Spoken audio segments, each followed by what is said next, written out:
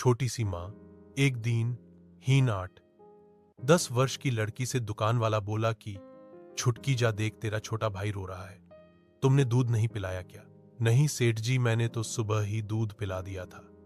अच्छा तू जा जाकर देख, मैं ग्राहक संभालता हूँ। एक ग्राहक सेठ से बोला, अरे भाई, ये लड़की कौन है जिसे तुमने इतनी छूट दे रखी है?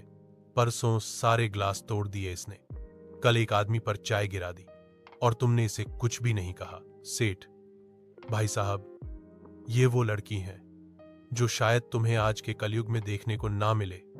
ग्राहक, मैं समझा नहीं। सेठ, चलो तुम्हें शुरू से बताता हूं। एक दिन दुकान पर बहुत भीड़ थी और कोई नौकर भी नहीं था। ये लड़की अपने छोटे भाई को गोद में लिए काम मांगने आई और आप इसकी शर्त सुनेंगे। इसने शर्त रखी, मुझे काम के पैसे नहीं चाहिए, बस काम के बीच में मेरा भाई रोया तो मैं भाई को पहले देखूंगी, काम छोड़ दूंगी। सुबह दोपहर शाम रात सिर्फ 4 टाइम दूध चाहिए। रहने के लिए मैं इसी होटल के किचन में रहूंगी। खाने के लिए जो बचेगा उसे खा लूंगी। मेरे भाई के रोने पर आप चिल्लाओगे नहीं। अगर कुछ काम बच गया तो मेरे भाई के सोने के बाद मैं रात को होटल के सारे काम करके सोऊंगी। अगर मंजूर हो तो बताओ। ग्राहक, फिर तुमने क्या कहा? सेठ, मैं तो हंस पड़ा और कहा, और कुछ? मेरा मतलब कोई पैसों की मांग?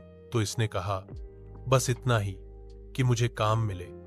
मैं सड़कों पर भीख नहीं मांगना चाहती, ना ही अपने भाई को भिखारी बनाना चाहती हूं। दिल लगाकर काम करूंगी, उसे पाऊंगी, बड़ा आदमी बनाऊंगी। इतने में छुटकी आ गई। सेठ जी, भाई ने चड्डी में सुसु कर दिया था, इसलिए रो रहा था। अब सो गया, अब नहीं रोएगा।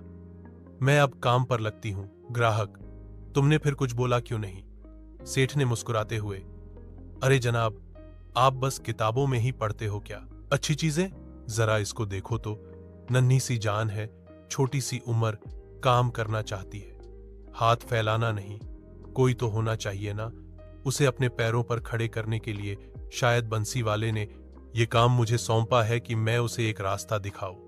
और फिक्र इस बात की है ना कि वो ग्लास तोड़ती है, विश्वास नहीं तोड़ेगी। और जरा ये भी तो सोचो, बच्ची कहां जाती? यही पड़ी है दोस्त।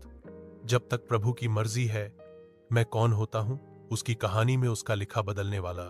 छुटकी फिर दौड़ते हुए उस ग्राहक की चाय गिराते हुए बोली, सेठ भाई रो रहा, आप ऑर्डर लो। इस बार ग्राहक भी हंस पड़ा और कहने लगा, जाइए सेठ जी, महारानी ने आदेश दिया है, लग जाइए। दोनों मुस्कुराने लगे। वहीं छुटकी छोटे भाई को संभालने लग गई।